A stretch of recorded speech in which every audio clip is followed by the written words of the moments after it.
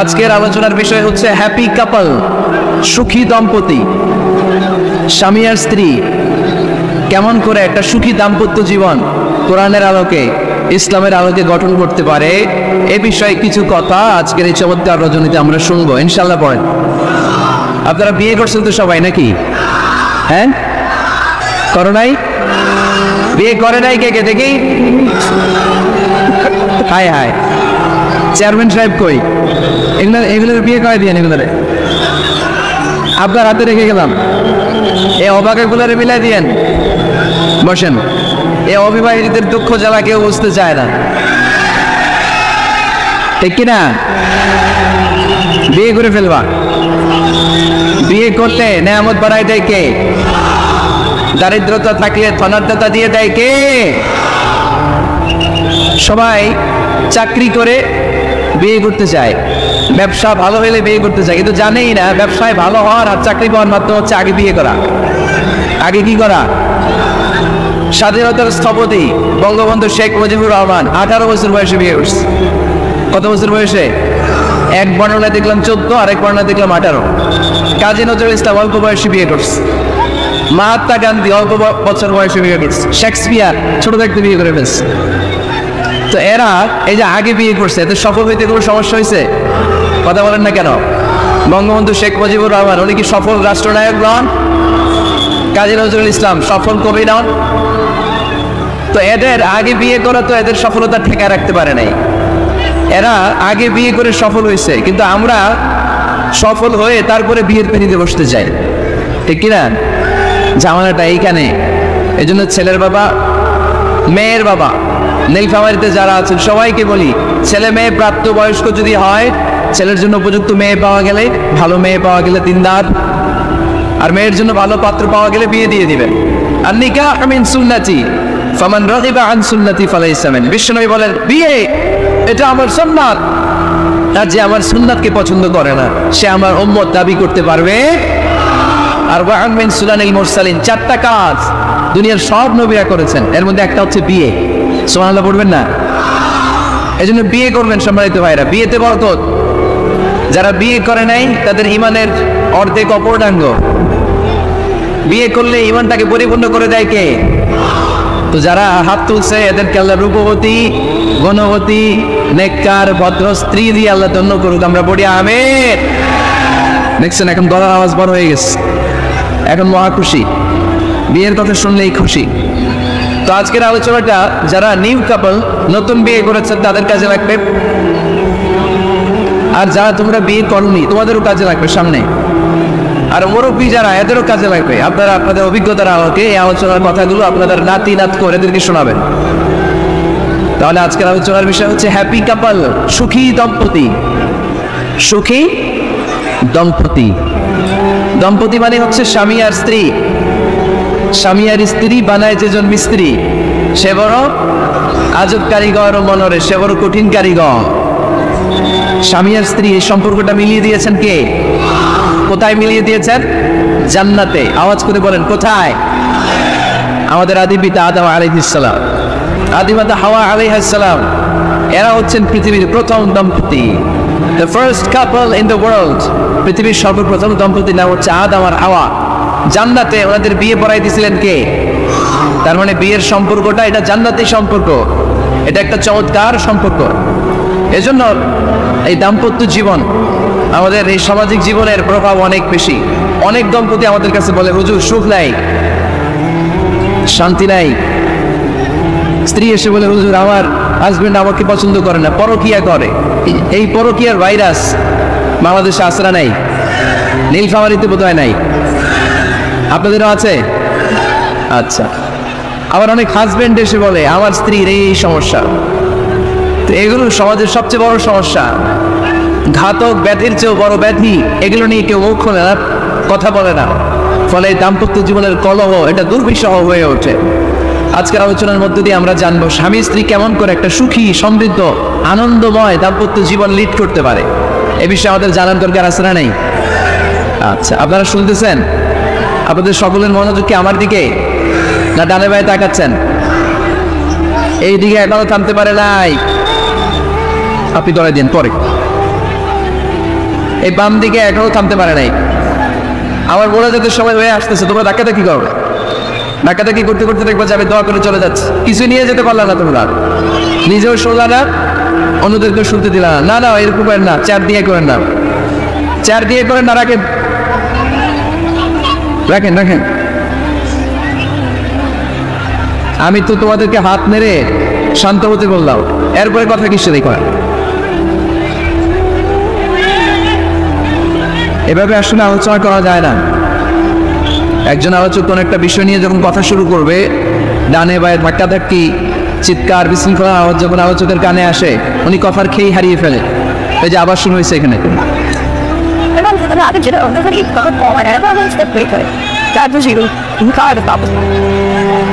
এই যে এখানে 50 জন হবে, আমার দিকে তাকাও। কি এখানে কি তোমাদের সমস্যা কি? এখানে কি জায়গা নেই তো? গো ব্যাক, পেছনে যাও, পেছনে যাও। এই যে এলইডি আছে, ওখানে বসে দেখো। ওখানে তো আমার আরো বড় দেখা যায়, ওখানে যেয়ে দেখো। এইখানে কি প্রতিটা মাহফিলে এই আমার ডান দিকে এই বাম দিকে কয়েকশো ছেলে পেলে ধাক্কাধাক্কি করে শেষ পর্যন্ত বিশৃঙ্খলা। আল্লাহ আয়াতে বাঁচায় রাখে, মার্চের 15 তারিখ পর্যন্ত আমি আলোচনা করবো দেশে। আজকের এই ক্যামেরাম্যানদের কথা, এটা ছড়ায় যাবে। সব কমিটি এই দুই দিকে ফাঁকা রাখবেন, এইখানে আপনাদের নিরাপত্তা কর্মী রাখবেন, কেউ থাকতে পারবে না এদিকে। সামনে যতদূর বসবে সব সামনে, এই জায়গায় আমি ফাঁকা দেখতে চাই। সামনে আমার প্রোগ্রাম যেখানে হবে, মেহরবানি করে এটা আপনারা অ্যারেঞ্জ করবেন, কারণ এদের কারণে পুরো মাহফিল বিশৃঙ্খলা। এই যে এখানে কয়েকশো লোক, এইদিকে কয়েকশো লোক, এরা কিন্তু শান্ত, এরা শান্ত। এই যে লক্ষ লক্ষ লোক জড়ো হয়েছে, এদের টাইমের দাম আছে। কি জবাব দেবে তোমরা আল্লাহ? কেন বিশৃঙ্খলা করো এখানে? একেবারে চুপ, একেবারে চুপ।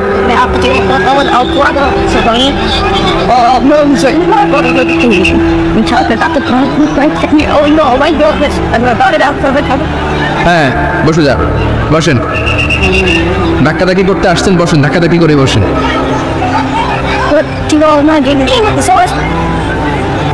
সম্মানিত ভাইয়ের,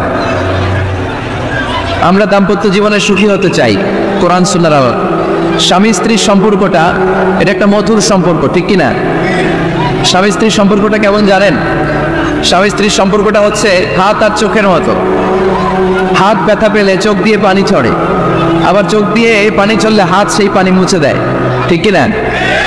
স্বামী আর স্ত্রীর সম্পর্কটা এরকম হবে, হাত আর চোখ। হাতে হাত কেটে গেলে চোখ দিয়ে পানি পড়ে, আবার চোখ দিয়ে পানি পড়লে হাতই ওই পানি মুছে দেয়। সম্পর্কটা এরকম থাকার দরকার আছে না নেই? আছে। আল্লাহ তার স্বামী স্ত্রীর সম্পর্ককে কোরআনে পোশাকের সাথে তুলনা করেছেন। ড্রেস, কস্টিউম, পোশাক। আওয়াজ করে বলেন, কিসের সাথে তুলনা করেছেন? পোশাক। কেন পোশাকের সাথে তুলনা করলেন? কারণ পোশাক মানুষের লজ্জাস্থানের হেফাজত করে। ইট কভারস আওয়ার প্রাইভেটস। পোশাক, ড্রেস এন্ড কস্টিউম, এটা আমাদের লজ্জাস্থানকে ঢেকে রাখে, আমাদের ঈমান বাঁচায়। তেমনি স্বামী তার স্ত্রীর চরিত্র হেফাজত করে, স্ত্রী তার স্বামীর চরিত্র হেফাজত করে, ঠিক কিনা? এই জন্য আল্লাহ তাআলা মেটাফরিক্যালি, রূপকভাবে স্বামী স্ত্রীকে পোশাকের সাথে তুলনা করেছেন। আবার পোশাক পরলে খুব সুন্দর লাগে, ডিজাইন করে, এমব্রয়ডারি করে, বিভিন্ন ডিজাইনের, বিভিন্ন স্টাইলের, বিভিন্ন ফ্যাশনের পোশাক মানুষ পরে। পোশাক পরলে মানুষের স্ত্রী গঠিত হয়, সৌন্দর্য বেড়ে যায়। ঠিক তেমনি নারীর চোখে পুরুষ সুন্দর, পুরুষের চোখে নারী সুন্দর, ঠিক কিনা? পোশাকের 3 নম্বর কাজ হচ্ছে পোশাক মানুষকে কমফোর্ট দেয়, আরাম। এই যে শীতকালে আপনারা অনেকে ব্লেজার করে আসছেন, অনেকের গলায় মাফলার, অনেকের গায়ে চাদর, আরাম লাগে না? কথা বলেন না কেন? লাগে। আবার গ্রীষ্মকালে এই মাফলার পরে কেউ বের হয়? চৈত্র মাসে, চৈত্র মাসে নীলফামারীতে জ্যাকেট পরেন কে কে দেখি? পরেন? পরেন? পরেন না। এর কারণ চৈত্র মাসে পাতলা কাপড় পরতে হয়, কটনের, সুতির কাপড়। শীতকালে মোটা কাপড় আরাম লাগে, দেহটাকে প্রশান্ত করে দেয়। আবার গরমকালে সুতির, কটনের পাতলা কাপড় পরলে দেহটারে প্রশান্ত করে দেয়। ঠিক তেমনি স্ত্রী যখন স্বামীর সান্নিধ্য পায়, এই লাইটটা অফ থাকলে ভালো, অফ, এই লাইটটা অফ, পারলে এইটা অফ। স্ত্রী যখন স্বামীর সান্নিধ্য পায়, স্ত্রী প্রশান্ত হয়ে যায়। আবার স্বামী যখন স্ত্রীর সংস্পর্শ পায়, স্বামীর অন্তরটারে প্রশান্ত করে দেয় কে? এই জন্য আল্লাহ তাআলা নারীকে বলেছেন, নারী তোমরা হচ্ছে পুরুষের পোশাক। আবার পুরুষদেরকে বলেছেন, ও পুরুষরা তোমরা নারীদের পোশাক। পড়েন আল্লাহু আকবার। রব্বুল আলামিন বলেন, হুন্না লিবাসুল লাকুম ওয়া আনতুম লিবাসুল লাহুন। ও নারীরা, তোমরা তোমাদের স্বামীদের পোশাক আর তোমাদের স্বামীরা হলো তোমাদের পোশাক। পোশাক যেমনি লজ্জাস্থানকে ঢেকে রাখে, ঈমান ইজ্জতের হেফাজত করে, আবরু ঢেকে রাখে, তেমনি স্বামী তার স্ত্রীর চরিত্রের হেফাজত করে, স্ত্রী তার স্বামীর চরিত্রের হেফাজত করে। পোশাক যেমনি সুন্দর, স্ত্রীর চোখে স্বামী সুন্দর, স্বামীর চোখে স্ত্রী সুন্দর। পোশাক যেমনি মানুষকে আরাম দেয়, প্রশান্ত করে দেয়, স্বামী আর স্ত্রী একে অপরের সংস্পর্শ পেলে তাদের হৃদয়টাও প্রশান্ত হয়ে যায়, ঠিক কিনা? এজন্য আল্লাহ তাআলা পোশাকের সাথে তুলনা করেছেন। পোশাক একে অপরের পোশাক, পোশাক চামড়ার সাথে লেগে থাকে না, আলাদা থাকে। তার মানে স্বামী স্ত্রীর সম্পর্কটা এরকম মিলেমিশে ভালোবেসে একাকার, ঠিক কিনা? আর নিসাউ শাকাইকুর রিজাল, নারীরা পুরুষদের কাউন্টার পার্ট। নারী হচ্ছে পুরুষের সহযোগী। এই পৃথিবীর এই সভ্যতা, এই সিভিলাইজেশন, এই উন্নয়নের ডেভেলপমেন্ট, এটা শুধু পুরুষরা করে নাই। এই উন্নয়নের অংশীদারিত্বে আমাদের বোনদের, নারীদেরও হাত আছে না নাই? এজন্য কাজী নজরুল বলেছেন, এ বিশ্বে যা কিছু সুন্দর চিরকল্যাণকর, অর্ধেক তার করিয়াছে নারী, অর্ধেক তার নর। চিল্লায় বলেন ঠিক কিনা? এজন্য এই মহাবিশ্বের এই সভ্যতায় আপনাদের যেমনি অবদান, আমাদের বোনদের অবদান আছে না নাই? স্বামী স্ত্রী এই দুজন মিলে এই বিশ্ব সভ্যতা তৈরি হয়েছে। এজন্য দুজনের মধ্যে সম্পর্ক হবে পোশাকের মতো। পোশাক যেমনি দেহের সাথে লেগে থাকে, স্বামী স্ত্রীর মধ্যে এরকম সুসম্পর্কের দরকার আছে না নাই?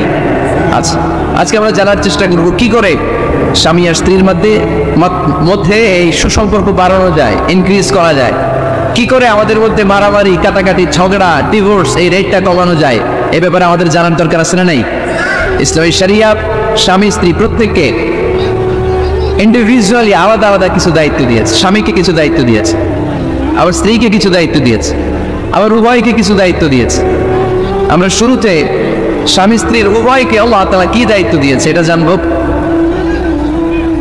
তারপরে স্ত্রীদেরকে আল্লাহ তাআলা কি দায়িত্ব দিয়েছেন সেটা জানবো। সবশেষে স্বামীদেরকে আল্লাহ তাআলা কি দায়িত্ব দিয়েছে সেটা জানবো। এই দায়িত্বগুলো পালন করার মধ্য দিয়ে দাম্পত্য জীবনকে সুখময় করে দিবে কে?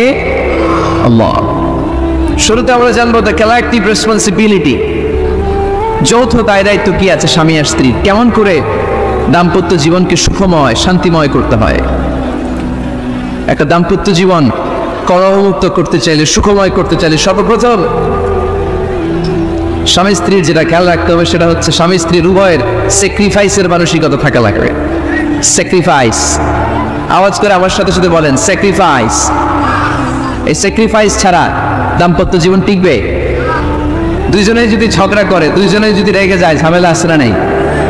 স্বামী রেগে গেলে স্ত্রীকে থেমে যেতে হয়, আবার স্ত্রী রেগে গেলে স্বামীকে থেমে যেতে হয়। স্বামীও যদি রেগে যায়, স্ত্রীও যদি রেগে যায়, তাহলে তৃতীয় বিশ্বযুদ্ধ বেঁধে যাবে, ঠিক কিনা?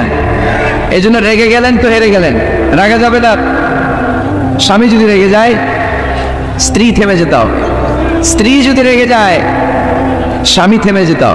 এটাই দাম্পত্য জীবনের সুখ আর সমৃদ্ধির মূল ফর্মুলা। স্যাক্রিফাইস করতে হবে। এর কারণ আপনি যদি দোষ খুঁজতে শুরু করেন, দোষ ছাড়া পৃথিবীতে মানুষ নাই, ঠিক কিনা? No one is perfect in this world. এই পৃথিবীতে কেউই পারফেক্ট না। আপনি যে আপনার স্ত্রীর দোষ খোঁজেন, আপনারও দোষ আছে না নাই?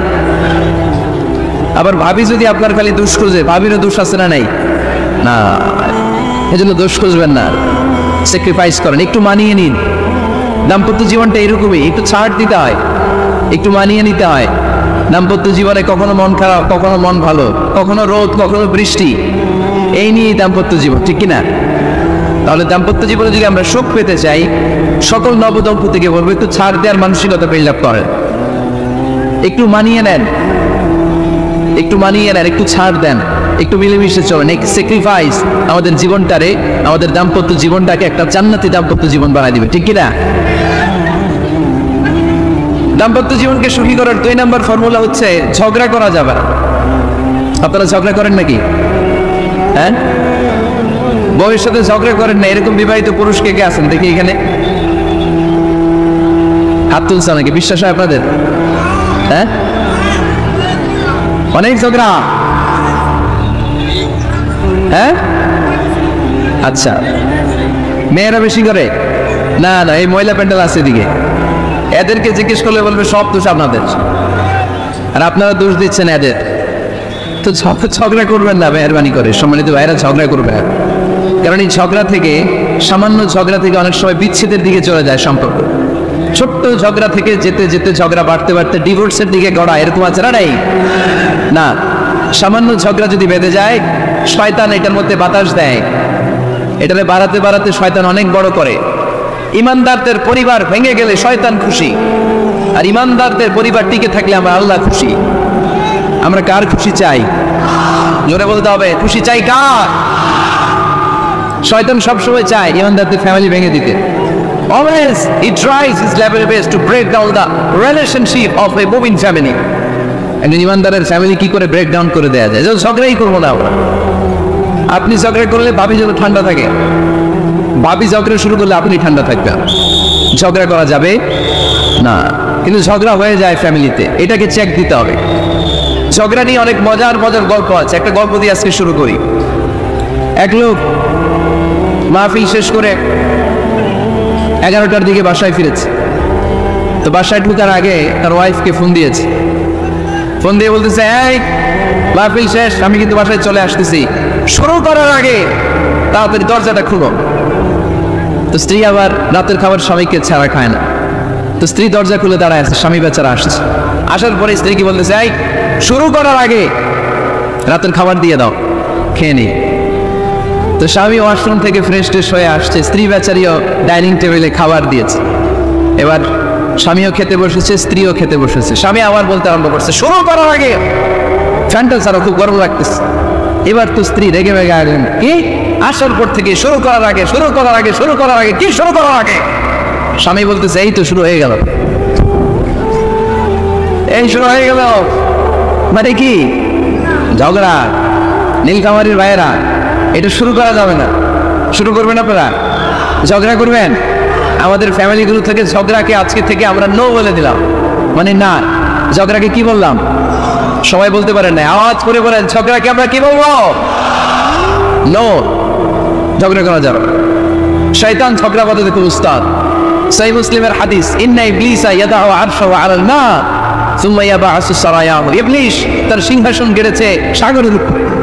ইবলিসের সিংহাসন কিসের উপরে? বিশাল বড় সাগর আর মহাসাগরের উপরে ইবলিস শয়তান তার সিংহাসন নিয়ে বসা। প্রতিদিন সকালবেলায় শয়তান গুলোরে মানব রাজ্যে পাঠিয়ে দেয়, যা তোরা মানব রাজ্যে চলে যা, যে মানুষকে ওয়াসওয়াসা দেয়, ওয়াসওয়াসা দিয়ে খারাপ কাজ করা। সারাদিন খারাপ কাজ করার পরে কি কি ওয়াসওয়াসা দিল, কি কি খারাপ কাজ মানুষের মধ্যে ঘটালো, সন্ধ্যাবেলায় সব শয়তানে সেই ইবলিসকে বয়ান শোনায়। সন্ধ্যাবেলায় শয়তানগুলো এসে বলে, আমি এক লোককে দিয়ে মিথ্যা কথা বলিয়েছি। আরেক শয়তান বলে, আমি নামাজ কাজা করিয়েছি এক আল্লাহর বান্দাকে দিয়ে।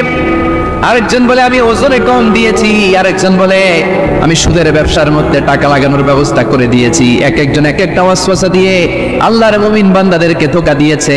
এগুলোর ফিরিস্তি এসে সব শয়তানেরা ইবলিসকে শোনায়, কিন্তু কোনো কথাতে ইবলিসের মন ভরে না। কোনো শয়তান এসে বলে, আমি তো এমন মদের আড্ডাখানায় নিয়ে গেছি আল্লাহর বান্দাদেরকে, এগুলো নামাজই পড়ে না, খালি মদ খেয়েছে। আবার কিছু শয়তান এসে বলে, আমি ক্যাসিনোতে নিয়ে গেছি, ওখানে খালি জুয়া খেলছে। আবার কিছু শয়তান এসে বলে, আমি বাজারের মধ্যে ফরমালিনের এই ওয়াসওয়াসা ঢুকাই দিচ্ছি। একটার পর একটা শয়তানি ফিরিস্তি তারা ইবলিসকে শোনায়, কিন্তু কোনো কাজেই ইবলিসের মন ভরাতে পারে না। একজন এসে বলে, আনা মা তারাকতুহু বাইনার রাজুলি ওয়া ইমরাতি হাত্তা ফাররাখতু। আমি একজন ইমানদার নারী পুরুষের মধ্যে ঝগড়া লাগাইয়া ওই ঝগড়া বাড়াতে বাড়াতে বাড়াতে বাড়তে তালাক পর্যন্ত নিয়ে গেছে। নাউজুবিল্লাহ পড়বেন না? শয়তান এবার তার উপর খুশি হয়ে যায়। সব শয়তানগুলোকে ঠেলে ইবলিস এই শয়তানকে কাঁধে তুলে নাচতে শুরু করে দেয়।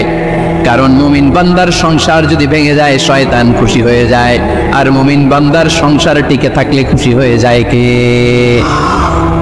এজন্য নীলফামারীর ভাইয়েরা, ঝগড়া করা যাবে না। দাম্পত্য জীবনকে সুখী করতে চাইলে ঝগড়াকে আমরা নো বলে দিব। ঝগড়া অনেক সময় হবে, কিন্তু এটাকে বাড়তে দেওয়া যাবে না, এটাকে আমরা স্পেস দিব না, ওইখানে খাওয়াই দিতে হবে। রাজি আছেন তো সবাই?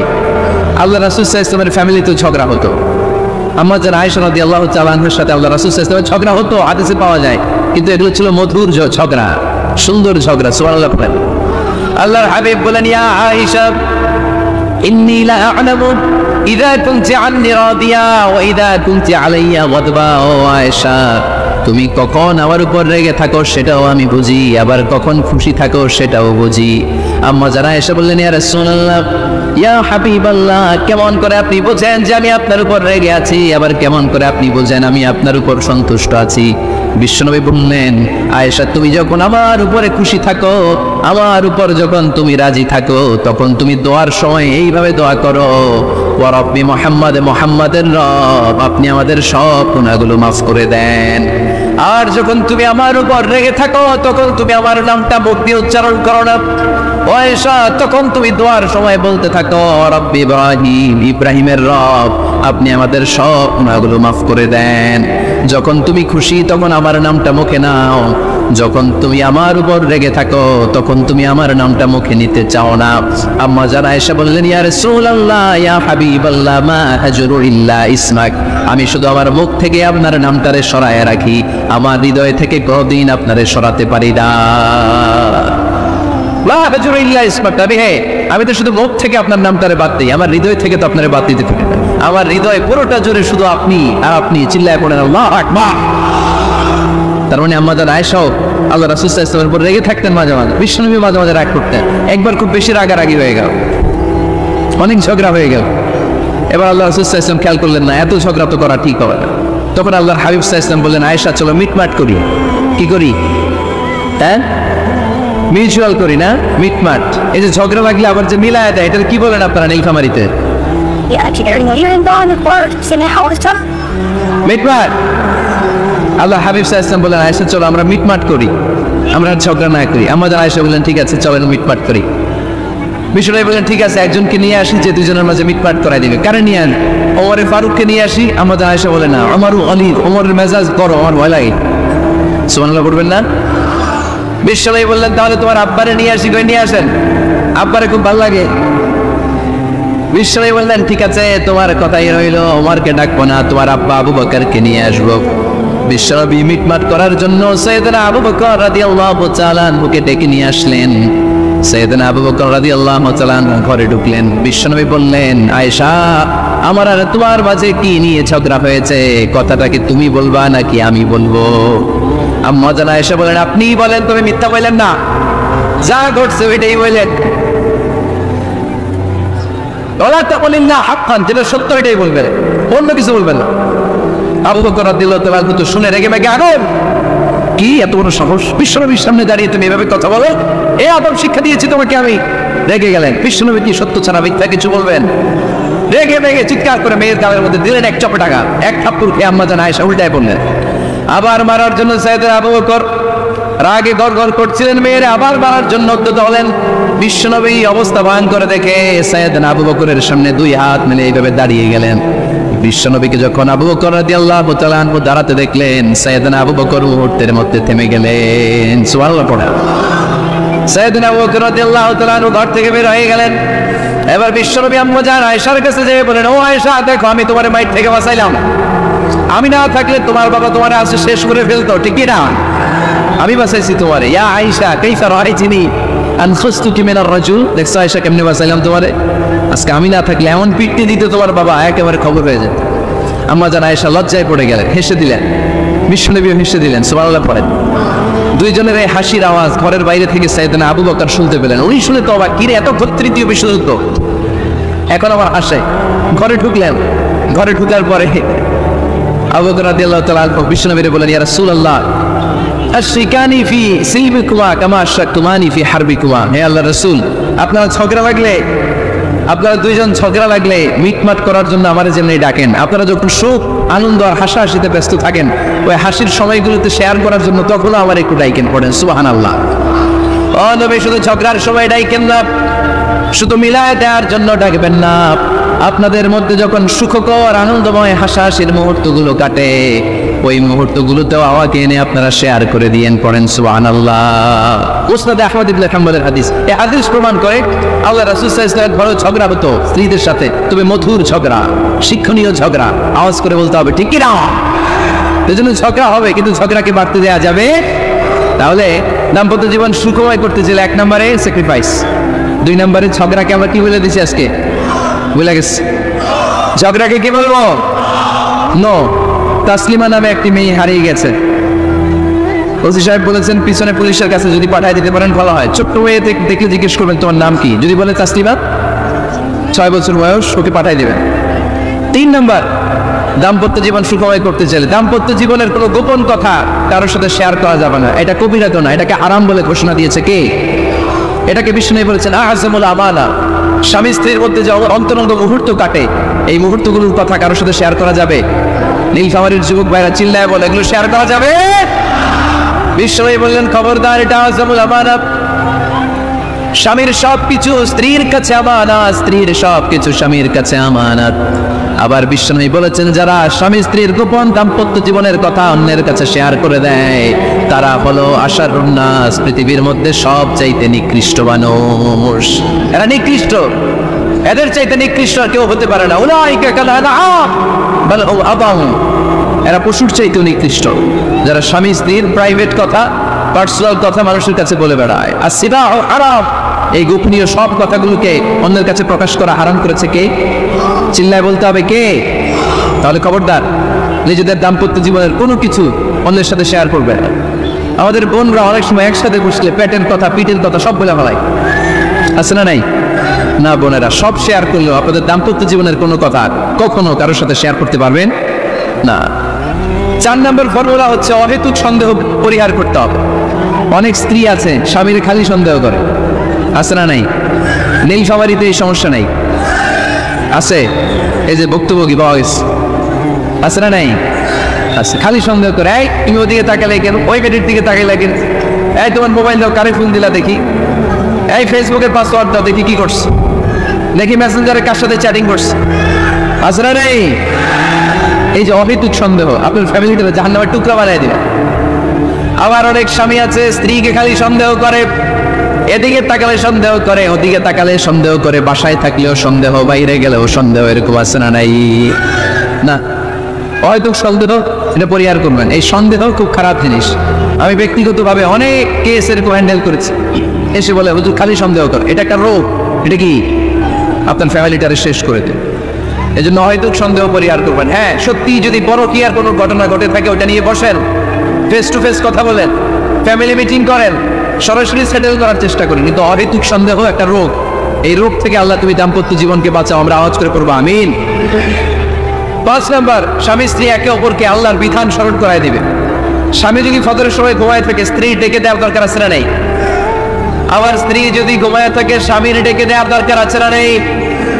কোন স্বামী যাবে জান্নাতে, তার স্ত্রী যাবে জাহান্নামে, আবার স্ত্রী হবে জান্নাতি, স্বামী যাবে জাহান্নামে, এরকম আমরা চাই নাকি? আমরা যখন জান্নাতে যাব আমার স্ত্রীর হাত ধরে একসাথে জান্নাতে ঢুকতে চাই, ঠিক কিনা? আবার আমার স্ত্রী যখন জান্নাতে যাবে সে একা ঢুকতে পছন্দ করবে? এজন্য আমরা দুনিয়াতে যেমনি এক ছাদের নিচে এক জায়গায় এক বাড়িতে, জান্নাতেও আমরা এক বাড়িতে থাকতে চাই। আওয়াজ করে বলতে হবে ঠিক কিনা? এই জন্য গবেষকরা বলেছে স্বামী স্ত্রীর ভালোবাসাটাকে তারা বলে লাভ পিরামিড। কি পিরামিড? লাভ পিরামিড। এই ত্রিভুজ আকৃতির, কিরে ভাই?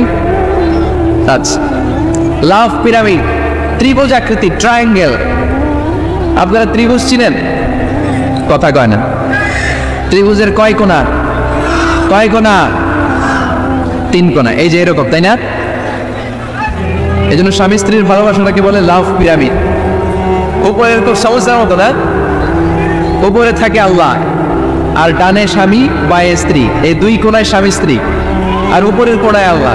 স্বামী স্ত্রী যদি আল্লাহর আনুগত্যের দিকে যেতে চায়, যতই তারা the couple come to Allah, they come closer to each other. তারা যদি আল্লাহর কাছাকাছি যায় তারা নিজেরাও কাছাকাছি হয়, ঠিক কিনা? তারা আল্লাহর কাছে যেতে যেতে যেতে যেতে আল্লাহর ইবাদতে যদি একেবারে আল্লাহর কাছে চলে যায় তারা নিজেরাও কাছাকাছি চলে যায়, ঠিক কিনা? আর তারা আল্লাহর আনুগত্য থেকে যত দূরে সরে তারা নিজেরাও নিজেদের থেকে তত দূরে সরে পড়ে। চিল্লায় বলেন ঠিক কিনা? লাভ পিরামিড এটা। এই জন্য the closer the couple comes to Allah, the closer the couple comes to each other. কাপল স্বামী স্ত্রী আল্লাহর ভালোবাসা নিজের মধ্যে যত দাঁড় করবে, আল্লাহর আনুগত্য যত বেশি করবে, আল্লাহর ইবাদত যত করবে, নিজেরাও তত কাছাকাছি আসবে। আর আল্লাহর যত বলবে নিজেদের মধ্যে বড় বড় ফারাক করে দিবে কে? তাহলে এই 5টা বিষয় স্বামী স্ত্রীর উভয়ের উপর বর্তায়। এগুলো মেনে চললে দাম্পত্য জীবনকে সুখময় করে দিবে কে? আল্লাহ। এবার আমরা শুনবো আমাদের বোনদেরকে, যে ডান দিকে আমি শুনলাম আমাদের বোনদের বিশাল প্যান্ডেল, আছে না নাই? আজকে বোনদের দিয়ে শুরু করি। স্ত্রীদেরকে আল্লাহ কি দায়িত্ব দিয়েছে একটা ফ্যামিলিকে সুন্দর করতে, একটা দাম্পত্য জীবনকে সুন্দর করতে। স্ত্রীর 1 নম্বর দায়িত্ব হচ্ছে she should make a comfort to her husband। স্ত্রীর উচিত স্বামীর জন্য ঘরটাকে প্রশান্তির নীর বানিয়ে রাখা। কি বানিয়ে রাখা? প্রশান্তির নীর। স্ত্রী হওয়া উচিত এমন যাকে দেখলে স্বামীর চোখ জুড়ায়, স্বামীর প্রাণ জুড়িয়ে যায়, স্বামীর হৃদয়টা ঠান্ডা হয়ে যায়, ঠিক কিনা? আর স্ত্রীর দিকে তাকালে যদি মেজাজ গরম হয়ে যায়, মেজাজ খিটখিটে হয়ে যায়, ঝামেলা আছে না নাই? ঝামেলা আছে। এজন্য মেহরবানি করে আমাদের বোনরা যারা, এমন কোনো কাজ করবেন না যেটা স্বামীর মেজাজকে খিটখিটে করে দেয়, কারণ আল্লাহ তাআলা আপনাদেরকে তৈরি করেছে লিতাসকুনু ইলাইহা, স্বামী আপনার কাছে গেলেই যেন তার হৃদয়টা প্রশান্ত হয়ে যায়, ঠিক কিনা? অনেক স্ত্রী আছে না জেনে না বুঝে স্বামীর সাথে এমন খিটখিটে মেজাজ দেখায় যেটা স্বামীর জন্য মেনে নেওয়া কষ্টকর। আমি একটা জরিপে পড়েছি, পৃথিবীর অনেক স্বামী স্ত্রীর কারণে হার্ট অ্যাটাক করে মারা যায়। আছে না নাই? এই তো ভুক্তভোগী পাওয়া গেছে। স্বামীর জন্য একটা ত্রাস হয়ে দাঁড়ায় স্ত্রী, ত্রাস। অনেক স্বামী আছে স্ত্রীর এরকম আচরণের কারণে, অতিরিক্ত প্রেসার ক্রিয়েট করার কারণে স্ত্রীদেরকে ভয় পায়। অবশ্য নীলফামারীর কোনো স্বামী তার স্ত্রীরে ভয় পায় না। ভয় পায় স্ত্রীরে ভয় পান কে কে দেখি?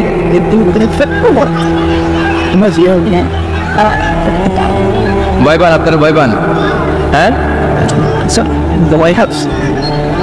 এক অফিসের বড় সাহেব তার স্ত্রীরে খুব ভয় পায়, প্রচন্ড ভয় পায়। তো সে মনে মনে ভাবলো, দেখি আমার অফিসের যারা স্টাফ আছে, ম্যানেজাররা আছে, এরা কতটুকু ভয় পায়, এরা ভয় পায় কিনা। তো একদিন সকালবেলা অফিসের সব স্টাফগুলোর একসাথে দাঁড় করে বলছে, এই আপনারা যারা যারা আপনাদের স্ত্রীদেরকে ভয় পান তারা ডান দিকে যান, আর যারা স্ত্রীকে ভয় পান না এরা বাম দিকে যান। অফিসের সব কর্মচারী ডান দিকে চলে গেছে, সবাই ভয় পায়, একজন শুধু বাম দিকে। বাম দিকে কয়জন? ভয় পায় না। আর যারা ভয় পায় এরা ডান দিকে, ডান দিকে সবাই। তো বড় সাহেব ভাবছে, আলহামদুলিল্লাহ আমার অফিসে একজন হইলেও বীর পুরুষ আসছে। তো বীর পুরুষের কাছে যেয়ে বলে, ঘটনা কি, আপনি মোটেও ভয় পান না? স্যার, প্রতিদিন অফিস করার জন্য যখন ঘর থেকে বের হয় আমার বউ আমারে বলে দেয়, খবরদার সবাই যেদিকে যায় তুমি কিন্তু ওইদিকে যাইবা না। সবাই যেদিকে যায় তুমি ওইদিকে গেলে খবর আছে। বড় সাহেবকে খবর দেয়, এটা তো আরো ডরায়, ঠিক কিনা? এজন্য বোনদেরকে বলবো, লিতাসকুনু ইলাইহা, এমন ভাবে আপনি আপনার স্বামীর সামনে নিজেকে প্রেজেন্ট করেন যাকে আপনাকে দেখলে আপনার স্বামীর চোখ জুড়িয়ে যায়, হৃদয়টা প্রশান্ত হয়ে যায়, আপনাকে দেখলেই আপনাকে ভালোবাসতে মনে চায়, ঠিক কিনা? এজন্য রব্বুল আলামিন বলেন, আমি নারীদেরকে তৈরি করেছি লিতাসকুনু ইলাইহা, যেন পুরুষেরা স্ত্রীদের সংস্পর্শ যখন পায় পুরুষদের হৃদয়টারে প্রশান্ত করে দেয়। কে? রব্বুল আলামিন বলেছেন, খাদিজার জন্য জান্নাতে আমি এমন একটা ঘর বানিয়েছি যেই ঘরের মধ্যে কোনো বিশৃঙ্খলা নাই। খাদিজার জন্য জান্নাতে এমন একটা প্রাসাদ আমি বানিয়েছি যেই প্রাসাদের মধ্যে কোনো আওয়াজ নাই, কোনো কোলাহল নাই, কোনো বিশৃঙ্খলা নাই। কারণ খাদিজা আমার নবীকে এমন একটা ঘর উপহার দিয়েছে যেই ঘরের মধ্যে কোনো বিশৃঙ্খলা ছিল না, আওয়াজও ছিল না। পড়েন সুবহানাল্লাহ। আল্লাহ রাসূল যখন সারাদিন কাফেরদের মাঝে কোরআনের দাওয়াত দিতেন, কোলাহল মারামারি জীবনের ঝুঁকি নিয়ে মক্কার কুরাইশদের মাঝে যখন দাওয়াত দিতেন, সব বিশৃঙ্খলা ঝামেলা গোলমাল শেষ করে রাতের বেলায় যখন খাদিজার ঘরে বিশ্বনবী ঢুকতেন, বিশ্বনবীর হৃদয়টারে প্রশান্ত করে দিত কে? আম্মা জান খাদিজা বিশ্বনবী সাল্লাল্লাহু আলাইহি ওয়াসাল্লামের জন্য এমন ঘর উপহার দিয়েছেন যেই ঘরে বিশ্বনবী আসলে বিশ্বনবীর হৃদয়টা ঠান্ডা হয়ে যায়। সুবহানাল্লাহ পড়েন। অনেক স্ত্রী আছে স্বামী ঘরে ঢুকলেই ঘরে আটা নাই, রুটি নাই, চাল নাই, ডাল নাই, এটা লাগবে ওইটা লাগবে, ওখানে যেতে হবে, একটার পর একটা ফিরিস্তি বলে বেড়ায়, আসে না নাই? না, এটা বলবেন না। আপনার কি লাগবে এই সব দায়িত্ব আল্লাহ তাআলা স্বামীকে দিয়েছে। স্বামীকে জানাবেন, তবে ধীরে সুস্থে, ধীরে সুস্থে স্বামীর জন্য ঘরটাকে এমন করে রাখতে হবে যেন ঘরে ঢুকলেই স্বামীর হৃদয়টারে প্রশান্ত করে দেয়। কে? এই জন্য স্ত্রীর প্রথম দায়িত্ব ঘরটারে প্রশান্তির নীর বাড়ানো। এখানে কি আবার কি আবার কি এখানে মারামারি? দুই দল নাকি? আপনাদের মনোযোগ আসছে না গেছে? 1 নাম্বার নাকি পেশাব করা, 2 নাম্বার নাকি টয়লেটে যাওয়া, 3 নাম্বার নাকি এইটা। বিড়ি খান আপনারা? বিড়ি আর সিগারেটের সাথে মুসলমানের সম্পর্ক আছে না। কোন মুসলমান সিগারেট খেতে পারে, বিড়ি টানতে পারে? কারণ এটা এমন একটা খাবার যে খাবার টয়লেটে ঢুকেও খাওয়া যায়। সিগারেট ছাড়া কোনো খাবার টয়লেটের ভেতরে খাওয়া যায়? কথা বলেন, খাওয়া যায়? এবং সিগারেট পৃথিবীর এমন খাবার যে খাবারের গায়ে এই খাবারের বদনাম লেখা থাকে, ঠিক কিনা? সিগারেট ছাড়া পৃথিবীর কোন খাবারে ওই খাবারের বদনাম আছে? কথা বলেন। ধরেন আপনাদের নীলফামারীতে নতুন এক প্যাকেট বিস্কিট বেড়েছে, যে বিস্কিটের গায়ে লেখা এই বিস্কিট খাওয়ার 1 ঘন্টার মধ্যে ডায়রিয়া শুরু হবে। ওটা খাইবেন কে কে? খাবেন আপনারা? কি বলবেন দোকানদারে, তোর বিস্কিট তুই খা, তোর ডায়রিয়া হয়, ঠিক কিনা? কিন্তু সিগারেটের গায়ে কিন্তু লেখা থাকে স্মোকিং কজেস ক্যান্সার, ধূমপান স্বাস্থ্যের জন্য ক্ষতিকর, ধূমপান কর্কট রোগের কারণ, ধূমপান করলে এটা বিষপানের শামিল। এই সিগারেট এটা তৈরি হয় তামাক পাতা থেকে, টোবাকো প্ল্যান্টস। এই তামাক পাতা চাষ হয় নাকি নীলফামারীতে? হ্যাঁ, বাংলাদেশে সবচেয়ে বেশি, সবচেয়ে বেশি নীলফামারীর কোন থানায়? সদরে, শহর অঞ্চলে? আচ্ছা, এই তামাক পাতার চারদিকে বেড়া দেওয়া লাগে না জানেন? কারণ ছাগলেও মুখ দেয় না। তো যেটা ছাগলে খায় না এটা মানুষ খেতে পারে? আওয়াজ করে বলেন। তাহলে ঝগড়ারে যেমনি আজকে আমরা নো বলে দিলাম, এই সিগারেট, এই মাদক, এগুলাকে আজকের প্রোগ্রাম থেকে আমরা নো বলে দিব। বলা যাবে? মাদককে আমরা নো বলে দিলাম। আওয়াজ করে বলেন, মাদক আর সিগারেটকে কি বললাম? নো। আল্লাহ তুমি বুঝার তৌফিক দান করো, আমরা পড়ি আমিন। একটা সুখী দাম্পত্য জীবনের জন্য স্ত্রীর 2 নাম্বার দায়িত্ব হচ্ছে স্বামীকে ইন্সপায়ার করা, স্বামীকে সাহস যোগানো, পিছন থেকে ড্রাইভিং পুশের মতো কাজ করা।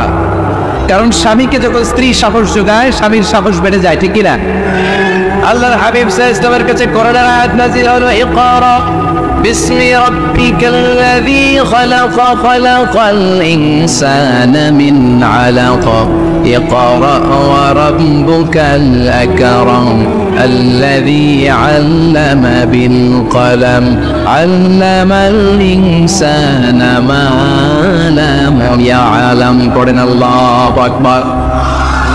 সূরাতুল আলাকের 5 আয়াত হেরা গুহায় যখন নাজিল হয়ে গেল, বিশ্বনবী সাইয়েদনা জিবরাইলকে নিজ আকৃতিতে দেখলেন, পা থেকে মাথা পর্যন্ত দেখে বিশ্বনবী ভয় পেয়ে গেলেন। বিশ্বনবী সাল্লাল্লাহু আলাইহি ওয়াসাল্লাম জীবনে 2 বার সাইয়েদনা জিবরাইল আলাইহিস সালামকে ওনার আসল আকৃতিতে দেখেছিল। আওয়াজ করে বলতে হবে কয়বার?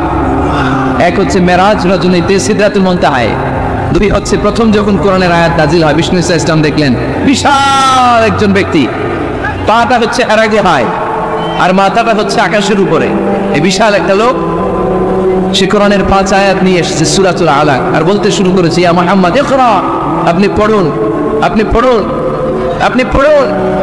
3 বার পড়া আদেশ করার পরে বিষ্ণু সাল্লাল্লাহু আলাইহি ওয়াসাল্লাম পড়তে আরম্ভ করলেন, ইকরা বিসমি রাব্বিকাল্লাযী খালাক খালাকাল ইনসানা মিন আলাক ইকরা ওয়া রাব্বুকাল আকরাম আল্লাযী আল্লামা বিল কলম আল্লামাল ইনসানা মা লাম ইয়ালাম। বিষ্ণু সাল্লাল্লাহু আলাইহি ওয়াসাল্লাম পড়তে আরম্ভ করলেন। প্রথম কোরআনের আয়াত যখন নাজিল হয়ে গেল, বিষ্ণু সাল্লাল্লাহু আলাইহি ওয়াসাল্লাম ভয় পেয়ে গেলেন। হাত নাড়াচ্ছেন কেন আপনারা? হ্যাঁ, কি স্ক্রিনে দেখা যায়? আহারে কি আনন্দ আকাশে বাতাসে, সবাই খুশির ঠেলায়, খুশিতে আনন্দে ঠেলায় না? আল্লাহর হাবিব সাল্লাল্লাহু আলাইহি ওয়াসাল্লাম ভয় পেয়ে গেলেন। আপনাদের মনোযোগ তো নাই মনে হচ্ছে, তা হাত নাড়াচ্ছেন কেন? এদিকে তাকা। খরগোশের কানের মতো কান দুটারে খাড়া করা।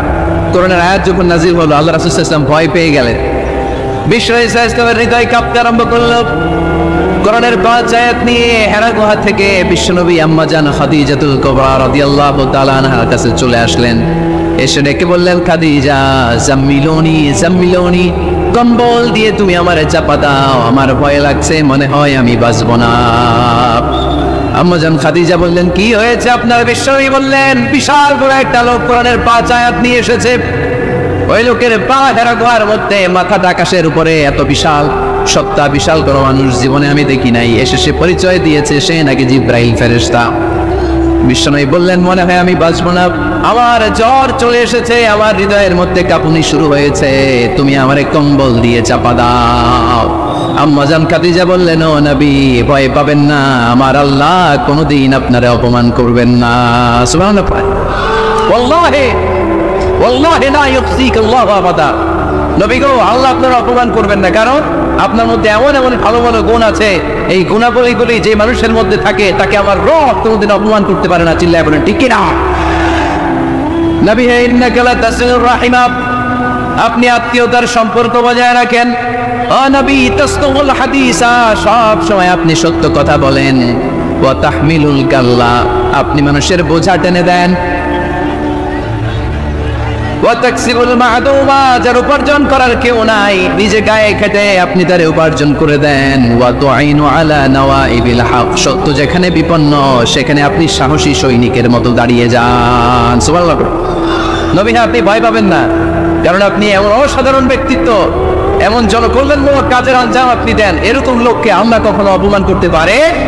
আপনি চালিয়ে যান, আপনাকে থামানোর মতো অপশক্তি গোটা বিশ্বে দ্বিতীয়টা নাই। চিল্লায় বলেন ঠিক কিনা? বিশ্বনবীকে সাহস জুগিয়েছেন, এরকম সাহস জোগানোর মতো স্ত্রী আমাদের দরকার আছে না নেই?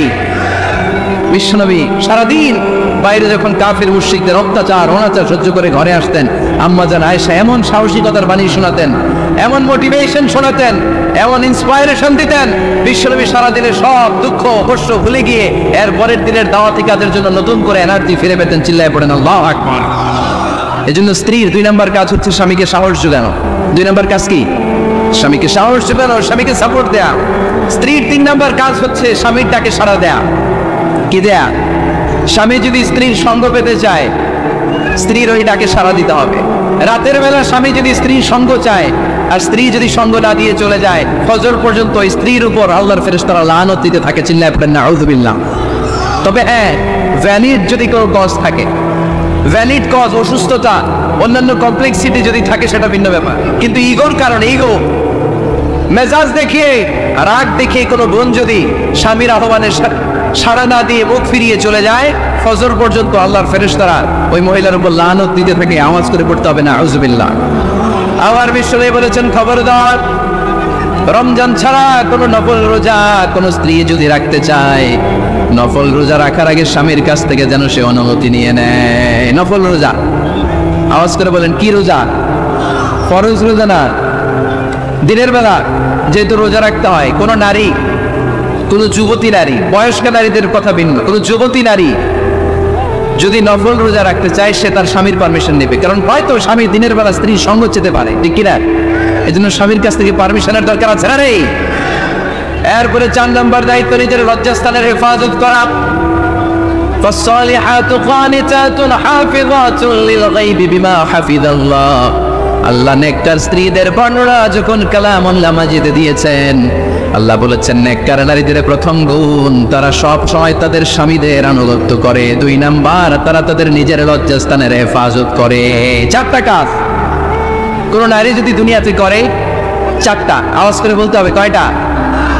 মাত্র 4টা কাজ কোন নারী যদি পৃথিবীতে করে, ওই নারীর জন্য জান্নাতের 8টা দরজা খুলে দিবে কে? আওয়াজ করে বলতে হবে, খুলে দিবে কে? বিশ্বনবী বলেন, আল মারআতু ইযা সাল্লাত খামসাহা, কোন নারী যদি 5 ওয়াক্ত সালাত পড়ে, সামাত শাহরাহা, রমাদানের রোজা রাখে, আতাআত বালাহা, স্বামীর আনুগত্য করে, হাফিজাত ফুরুজাহা, লজ্জাস্থানের হেফাজত করে, এই 4টা কাজ যদি কোন নারী দুনিয়ার বুকে করে, জান্নাতের 8টা দরজা তাদের জন্য খুলে দিবে কে? এজন্য দাম্পত্য জীবনকে সুখময় করতে হলে একজন স্ত্রীর 4 নম্বর দায়িত্ব হচ্ছে নিজের সতীত্বের হেফাজত করা। 5 নম্বর দায়িত্ব হচ্ছে স্বামীর সম্পদের হেফাজত করা। সাইয়েদনা আবু সুফিয়ান রাদিয়াল্লাহু তাআলা আনহু ছিলেন খুব কৃপণ মানুষ, বিশ্বনবী সাল্লাল্লাহু আলাইহি ওয়াসাল্লামের শ্বশুর। সহিহ বুখারীতে এসেছে, ওনার স্ত্রী এসে আল্লাহ রাসূল সাল্লাল্লাহু আলাইহি ওয়াসাল্লামের কাছে বলেন, ইয়া রাসূলুল্লাহ, ইন্না আবা সুফিয়ান রাজুলুন শাহী। আল্লাহর রাসূল, আবু সুফিয়ান খুব কৃপণ মানুষ, আমার আর আমার সন্তানদের খরচের জন্য যে টাকা পয়সা লাগে আমার স্বামী দেয় না।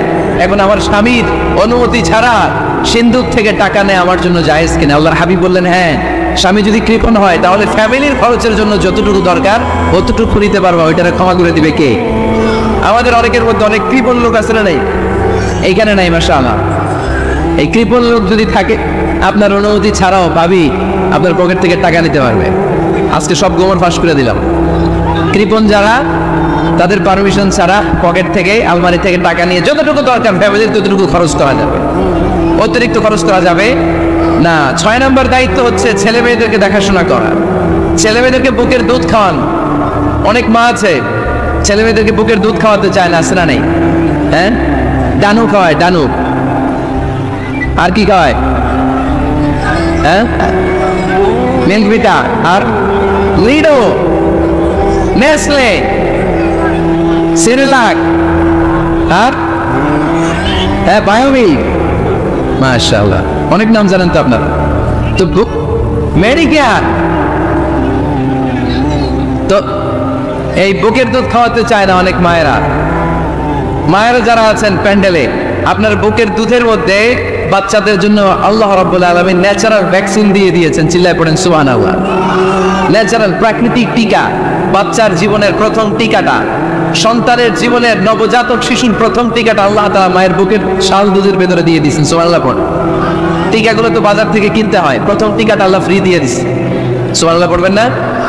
এজন্য রাব্বুল আলামিন বলেন, والوالدات يرضعن أولادهن حولين كاملين لمن أراد أن يتم الرضاعة। দুনিয়ার প্রতিটা মায়ের উচিত টানা 2 বছর তাদের সন্তান সন্ততিদেরকে দুধ খাওয়ানো। কয় বছর? আওয়াজ করে বলতে হবে, কয় বছর? মায়ের বুকের দুধ যে ছেলেগুলো খায় না, এদের ব্রেনের গ্রোথ হয় না। এগুলো হয় বলদা নাম্বার 1। কি হয়? বলদা নাম্বার 1। ফার্মের মুরগির মতো এগুলা। ফার্মের মুরগি দেখছেন? হ্যাঁ, ফার্মের মুরগি দেখবেন যে দোকানে যখন কিনতে যাবে, এটারে নিয়ে যেখানে ওজন করে ওইখানে বসা রাখলে ওইখানেই বসে থাকে, আধা ঘন্টায় উঠবে না, এটা বসেই থাকে। আর গ্রামের মুরগি দেখছেন, দেশি মুরগি, ধরতে পারবে না এটারে, খবর আছে, ঘাম ছুটায় ছাড়বে। তো মায়ের বুকের দুধ যেগুলা খায় এগুলো দেশি মুরগির মতো। আর এই নিডু খায় যেগুলো, এগুলো 1 নম্বর বলদা হয়, আর ফার্মের মুরগির মতো হয়। ঠিক কিনা?